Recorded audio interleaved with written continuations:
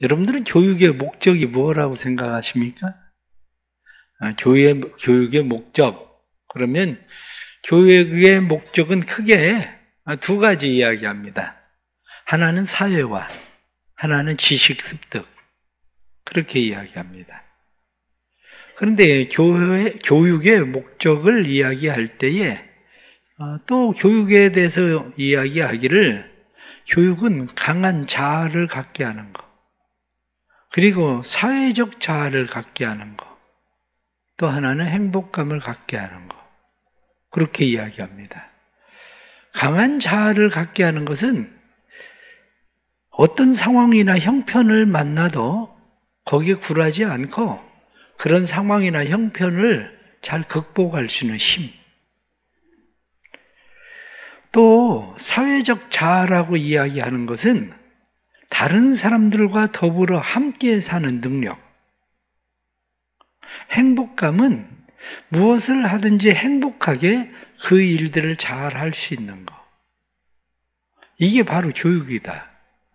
그렇게 이야기합니다. 그런데 이런 측면으로 우리나라 교육을 볼 때에 우리나라 교육은 실패했다는 거죠. 왜 실패했냐면 지식 습득에만 치중되어 있기 때문입니다. 그래서 지식 습득에만 치중되어 있다가 보니까 아이들이 강한 자아를 갖지 못해요. 공부 좀 잘하는 줄 알았는데 좀 좋은 고등학교 가보니까 그게 아니거든요. 그러면 죽어버려요. 카이스트, 하버드 뭐 이런 데 가도 왜 한국 사람들이 자살을 할까요? 다른 사람들이 보기에는 대단한 것 같은데 강한 자아가 없어서 그래요. 그런 상황이나 환경들, 형편들을 못 이겨내. 우리나라 사람들이 세계에서 자살 1위인 건 아시죠? 왜 그렇습니까? 강하지 않아요. 이 정도 뭐 누구나 다 겪는 일들인데 하면 할 수 있는 거지 이렇게 생각할 줄을 몰라요. 자아가 강하지 않으니까.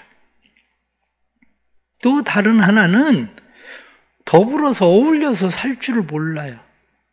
각자 도생. 나만 잘 살면 되는 거예요. 나만 괜찮으면 되는 거예요. 다른 사람들이 죽든지 망하든지 다른 사람들이 어떻게 하든지 각자 스스로 자기가 살아남아 이렇게 교육을 시키니까 나만 살아남으면 되는 거죠. 나만. 이 각자 도생의 사회를 병든 사회라고 이야기합니다. 그러니까 우리나라의 사회가 병든 사회가 된 이유가 각자 도생이에요. 절대로 공부해도 친구에게 공부하는 방법도 이제 안 가르쳐주고 나만 좋은 점수를 얻기 위해서 몰래 공부하고 비법을 나만 간직합니다. 또 하나는 행복감이 없는 거죠. 공부라고 하는 게 행복하지 않아요. 그냥 좋은 대학 가면 끝나는 거예요. 좋은 직장 취직하면 끝나요. 평생을 해야 되는 공부가 아니라 그냥 목표 거기까지만 달성하면 되는. 그러니 공부는 행복한 게 아니라 공부는 지겨운 거예요. 어렸을 때부터 우리나라 아이들은 공부 그러면 완전 이건 지겨운 겁니다. 언제 이 공부를 끝내나. 그러니까 OECD 국가 중에서 우리나라가 중국보다도 책 읽는 게 떨어지는 거 아시죠? 독서량이 중국보다 떨어질 정도로 그 정도예요. 그 이유 중에 또 하나가 스펙이라는 겁니다. 원래 스펙이라는 말은 무기의 사양입니다. 그래서 무기가 어떤 사양이냐 이 문제인데 우린 스펙, 어떤 무기를 장착했냐 이거거든요. 어떤 무기를 장착했냐 이렇게 이야기하니까 학교 어디 나왔어? 영어는 잘해? 아니면은 자격증 뭐 있는데? 이게 다 스펙이에요. 내가 무엇을 공격하기 위해서 장착해야 되는 무기들인 거죠. 그게 주된 관심사가 사람은 원래 존엄한 인간이다. 인간의 존엄성에 대한 것이 아니라 무기를 장착하듯이 인간을 자원으로 생각합니다. 그래서 세상에는 천연 자원도 있어요. 금도 천연 자원이고 석유도 천연, 이게 다 자원이잖아요. 그런데 인간도 자원이에요, 자원. 오죽하면 우리나라가 교육부를 인적자원부 이렇게 이야기를 할 정도로 얘기하겠습니까? 인간은 다 그냥 존엄한 존재가 아니라 자원일 뿐이에요, 자원. 그러니 세상에서는 똑똑하다 이렇게 이야기하는데 세상에서 똑똑한 사람들이 진짜 똑똑한 건가? 이게 문제인 거죠. 그게. 아니, 강한 자아도 갖지 않고 사회적 자아도 없고 행복하지도 않은데 똑똑한가? 그럼 똑똑하대요.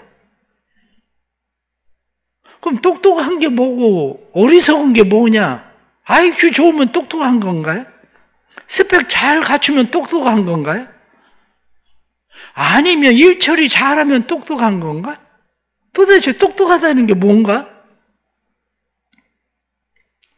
우리는 자녀들을 위해서 기도 많이 합니다.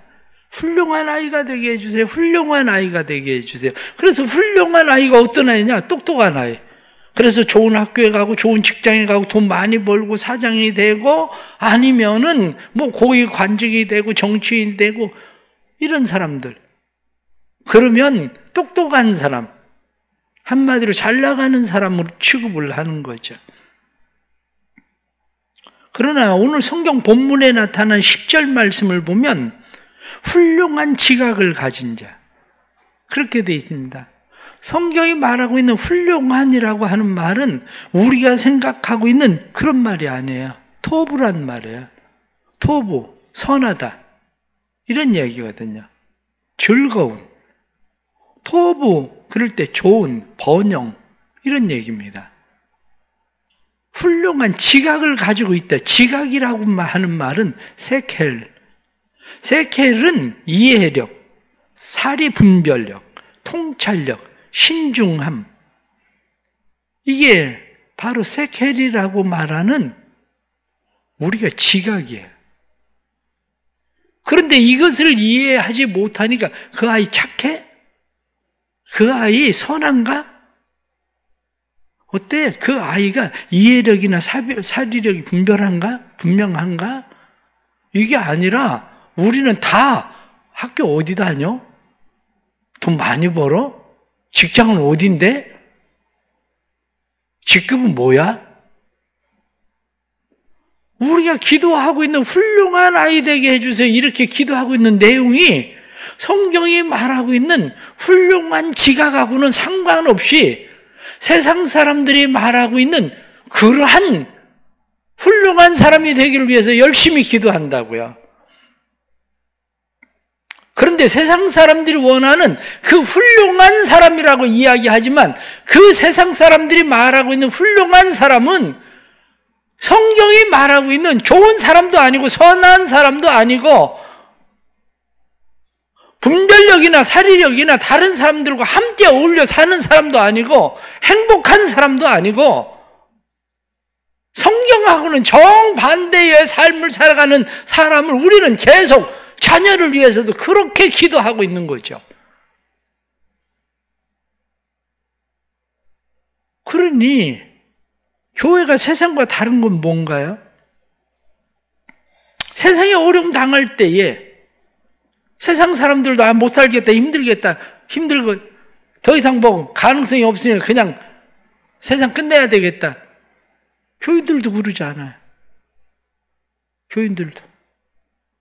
세상 사람들이 전혀 행복하지 않게 그냥 일에 뭐에 노예돼서 사는 것처럼 교회 다니는 사람들도 다 그렇게 노예돼서 살잖아요. 돈에 노예되든지 권력에 노예되든지 명예에 노예되든지 학벌의 노예가 되든지 그런 노예돼서 그냥 행복감 없이 그냥 살고 있잖아요.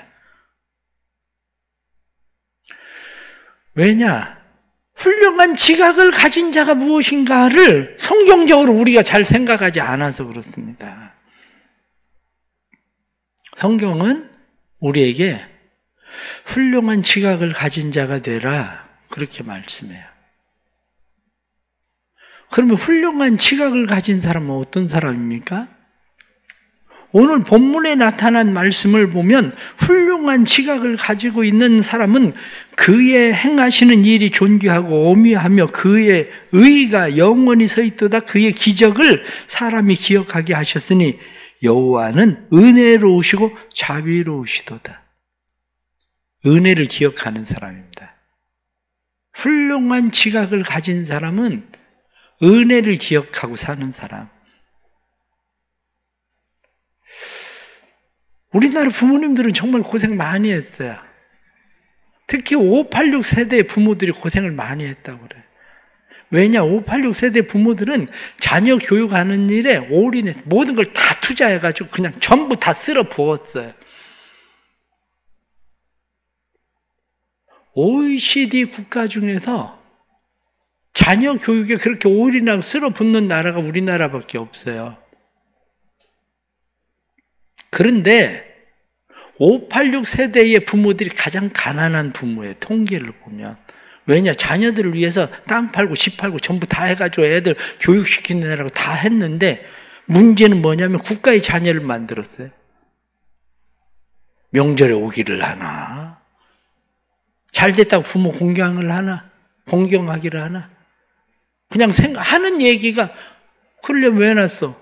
당연한 거 아니야? 부모가 당연히 해야 되는 거 이렇게 생각을 하는 거죠. 자녀 유학시키느라고 모든 거 다 팔고 전부 다 해서 공부시켰는데 치사해서 용돈 달라고 하기가 싫대요.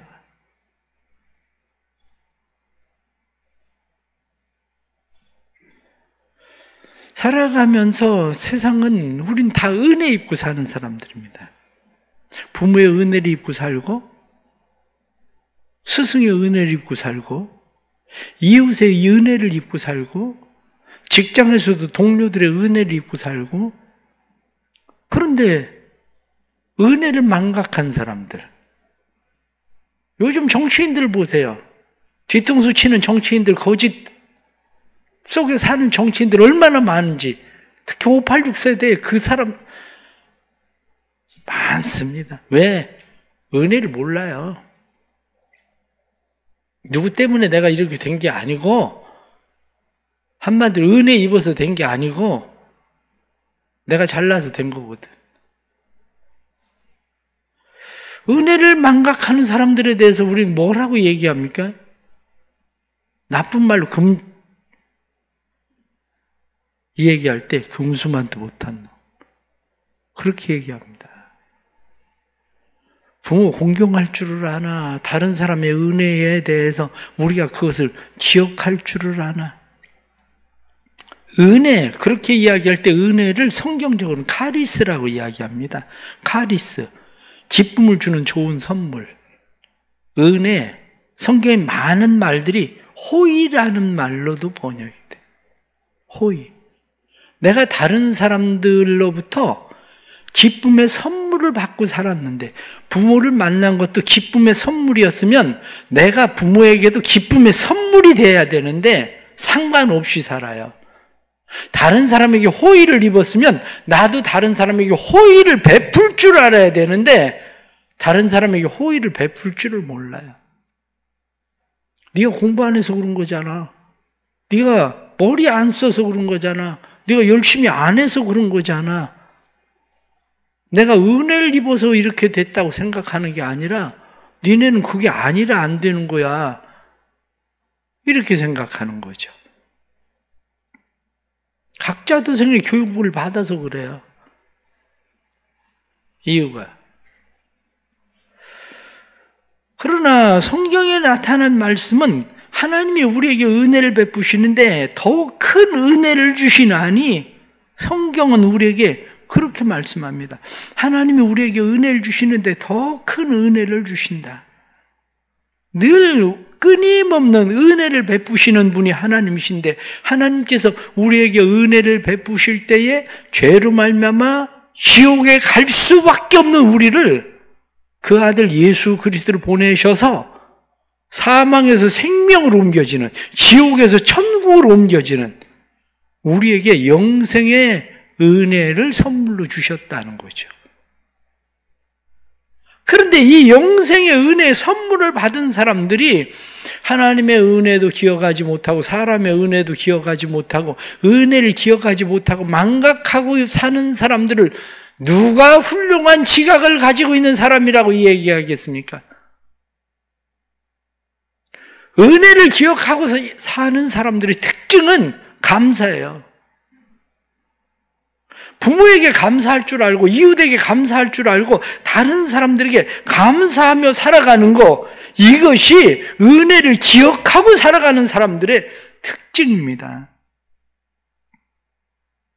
사랑하는 성도 여러분, 왜 하나님께서 우리를 정말 힘들고 어려운 실패와 절망 속에 우리를 몰아넣으십니까? 하나님이 우리를 실패와 절망 속에 몰아넣는 그러한 이유는 사람이 실패와 절망감을 당했을 때야 비로소 하나님의 은혜를 깊이 체험한다는 거예요. 그게 각인된다는 거예요. 그래서 그게 각인된 사람은 내가 은혜 때문에 그때 내가 질병 가운데서 도저히 내 힘으로 할 수 없었는데 참 이렇게 나은 것도 은혜고, 그때 그 어렵고 힘든 상황을 벗어날 수 있었던 것도 은혜고, 모든 것을 은혜로 하나님의 손이 있었기 때문에 내게 기적을 행하셨다. 오늘 성경 말씀은 그의 기적을 사람이 기억하게 하셨으니, 사람이 그 기적을 기억할 때가 언제입니까? 그 기억을 가지고 있을 때가 실패와 절망 속에 인간이 밑바닥에 떨어졌을 때야 비로소 그 기억을 가져요. 매일 평범하게 살아가는 삶 속에서 은혜를 얼마나 느낍니까? 그러니까 훌륭한 지각을 가진 사람이 아닌 거죠. 훌륭한 지각을 가지고 사는 사람들은 평범함 속에서도 그 은혜를 기억하는 거죠. 은혜를 지속적으로 기억하고 지속적인 은혜를 입고 살아가는 사람이 누구냐면 다윗이에요. 목동에서 하나님께서 자기를 왕위에 앉히셨을 때에, 이스라엘의 왕이 되어서 백향목 궁에 거할 때에 하나님께서 목동에 불과하던 나를 이 백향목 궁에 거하게 하셨는데 나는 하나님을 위해서 무엇을 해야 될까? 하나님의 은혜. 사도 바울은 어떻습니까? 만삭되지 못한 나에게, 죄인 중에 괴수와 같은 나에게 하나님께서 베푸신 은혜를 내가 무엇으로 갚아야 되나? 사랑하는 성도 여러분, 하나님의 은혜를 기억하고 감사하며 살기를 축복합니다. 은혜를 기억하지 못하고 망한 사람이 사울 왕입니다. 하나님께서 그도 이스라엘의 왕으로 세우셨는데 하나님의 은혜를 기억하지 못하고 그는 살아가다가 결국에는 블레셋 사람들에게 전쟁에서 비참한 최후를 맞이하는 그런 왕이 되고 말죠. 우리 하나님의 은혜가 사랑하는 성도들의 삶에 넘쳐서 은혜를 기억하고 감사하며 다른 사람들에게 호의를 베풀 줄 알고 다른 사람들에게 은혜를 갚으며 살아가는 삶이 되길 축복합니다. 그게 훌륭한 지각을 가지고 있는 사람입니다. 두 번째는 인간의 한계를 알고 하나님의 능력을 인정하는 삶입니다. 인간의 한계라고 하는 것이 오늘 성경에 그의 기적을 사람이 기억하게 하사 이렇게 말씀하신 것처럼 하나님께서 그를 경외하는 사람들에게 양식을 주시고 그의 언약을 영원히 지키신다, 이렇게 말씀하신 대로 하나님이 하실 수 있다는 것을 인정하는 것. 세상에 헛똑똑이들은 많습니다. 세상에 헛똑똑이들이 누구냐? 시편 4절 말씀 보면 그의 교만한 얼굴로 말하기를 여호와께서 이를 감찰하지 아니하신다 하며 그의 모든 사상에 하나님이 없다 하나이다. 시편 14편 1절 말씀에 어리석은 자는 그의 마음에 이르기를 하나님이 없다 하는도다. 그들은 부패하고 그의 행실이 가증하니 선을 행하는 자가 없도다. 시편 51편 1절 말씀에 어리석은 자는 그의 마음에 이르기를 하나님이 없다 한도다. 그들은 부패하며 가증한 악을 행하며 선을 행하는 자가 없도다. 하나님을 인정하지 않으면 선을 행할 수가 없습니다. 왜? 자신의 한계를 모르고 내가 잘나서 내가 똑똑해서 된 거라고 생각하니까. 인간의 기술들이 발달돼서 지구에서 저 달에 우주선을 쏘아 올리고 지금에는 화성에 우주선을 쏘아 올려서 화성에서 흙을 채취하는 그런 사진들도 보시지 않아요. 그러니까 인간이 뭐든지 다 할 수 있는 것처럼 생각하지만 그냥 가까이 생각해 보세요. 코로나19 극복합니까? 못합니다. 그냥 감기 중에 하나가 이제 될 거예요. 그럼 우린 지금 감기를 극복합니까? 감기 아예 이제 취급 안 합니다. 왜 취급 안 하냐? 극복 못하니까 취급 안 하는 거예요. 극복을 해서 취급하지 않는 게 아니라 아예 극복을 할 수가 없으니까 취급을 안 하는 거예요. 코로나19 백신 3번, 4번, 5번, 6번 계속 맞을 거려? 계속 맞으면서 이제 이게 사라지지 않는 한, 하나님이 사라지게 하지 않는 한 우리는 그냥 3개월, 6개월마다 그냥 주사 또 맞아야 되고 그냥 독감 주사 맞듯이 그렇게 하면서 그냥 살 거예요. 감기 바이러스 하나, 코로나 바이러스 하나 잡지 못하는데 뭐 인간이 무슨 대단한 그런 존재인 것처럼 착각합니까? 훌륭한 지각을 가진 사람이라면 그걸 깨닫는 거죠. 아, 사람이 머리카락 하나 희게 하거나 검게 할 수 있는 능력이 없구나. 인간이 바이러스 하나 제대로 잡을 수 있는 능력이 없는 존재들이구나. 이거 깨닫는 거죠. 그런데 하나님의 은혜를 모르면 모든 것이 내가 다 한 것처럼 하나님이 없다 하는도다. 하나님이 없는 것으로 끝나는 것만이 아니라 그 사람들은 선을 행하는 자가 없도다. 성경에 가증한 악을 행한다. 이렇게 말씀하는 거죠. 우리 하나님께서 우리에게 주시는 삶, 이사야 40장 22절 말씀 보면 그는 땅 위 궁창에 앉으시나니 땅에 사는 사람은 메뚜기 같으니라. 그가 하늘을 차일같이 펴셨으며 거주할 천막같이 치셨다. 무슨 얘기입니까? 피조세계는 하나님 앞에서 먼지에 불과한 겁니다. 하나님 앞에서는 아무것도 아닌 거예요.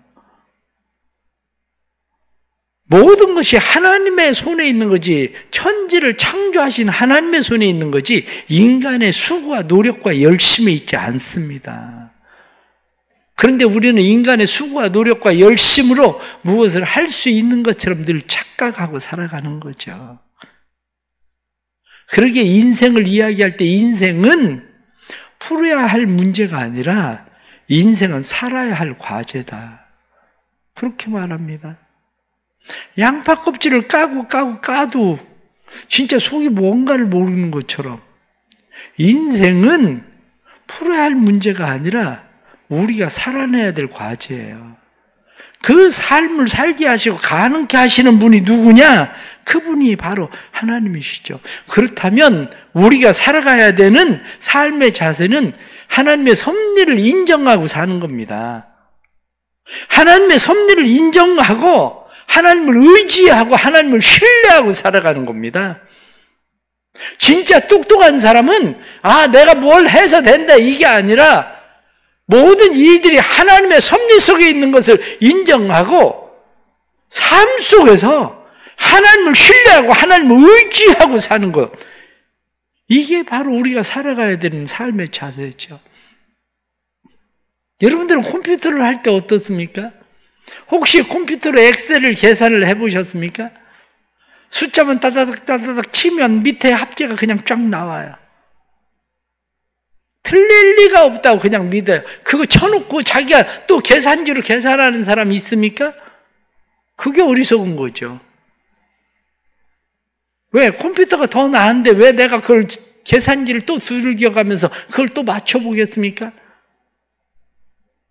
컴퓨터에 나오는 화면들, 그것은 알고리즘이 빛의 속도로 움직여서 우리에게 그것이 시각적으로 보여지도록 만드는 거거든요. 우리는 그냥 그것을 받아들이는 거예요. 우리는 마찬가지로 우리가 세상을 살아가는 일들이 하나님의 섭리 속에 있다는 것을 그냥 받아들이는 거예요. 그렇기 때문에 하나님을 믿고 의지하고 신뢰하고 사는 거죠. 그런데 하나님 믿고 의지하고 신뢰하고 살지 않으면 훌륭한 지각을 가진 자라고 누가 이야기하겠습니까? 어리석은 사람이지. 마치 컴퓨터가 계산해낸 걸 내가 다시 계산기에 두들기고 있는 사람하고 다를 바가 아무도 것도 없는 거죠.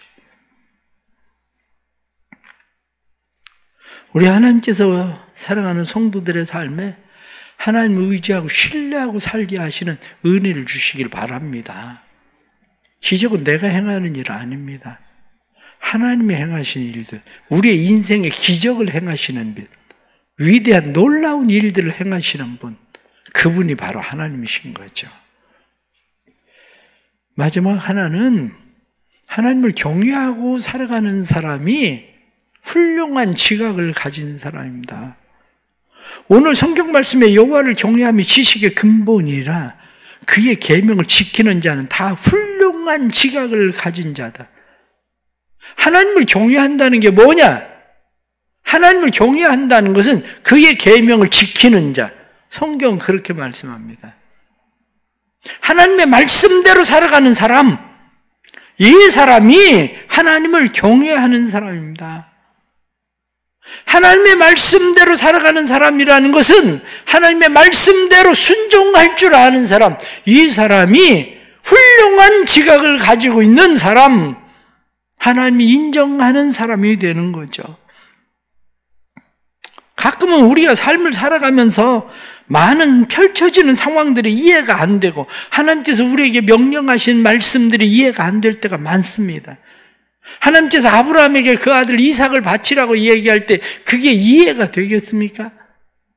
그런데 아브라함이 자기 아들을 하나님 앞에 바칠 때에, 순종할 때에 비로소 하나님께서 말씀하시는 것이 아브라함아, 아브라함아, 내 아들에게 손대지 마라. 하나님이 그렇게 말씀하셔요. 이제야 내가 나를, 하나님을 경외하는 줄 아노라. 순종할 때 하나님을 경외하는 거지 순종 없는 삶이 하나님을 경외하는 거 아닙니다.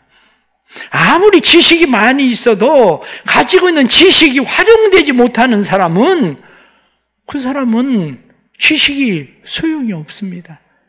말로 우리가 하나님을 경외한다고 이야기하지만 우리의 삶 가운데 하나님의 말씀에 순종하지 않고 살아간다면 우리의 삶은 지각이 훌륭한 사람이 아닙니다.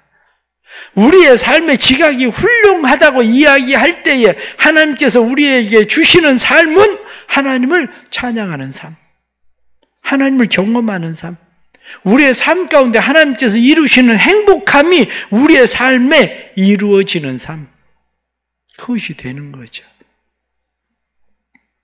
여러분들은 신앙생활을 하는 것이 짐입니까? 행복함입니까?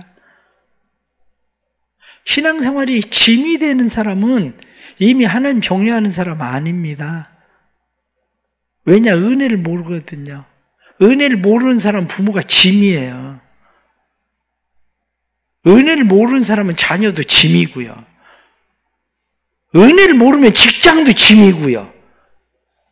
모든 게 다 짐일 뿐이에요. 은혜를 모르는 사람들은 하나님을 예배하는 삶이 짐일 뿐이에요. 은혜를 모르는 사람은.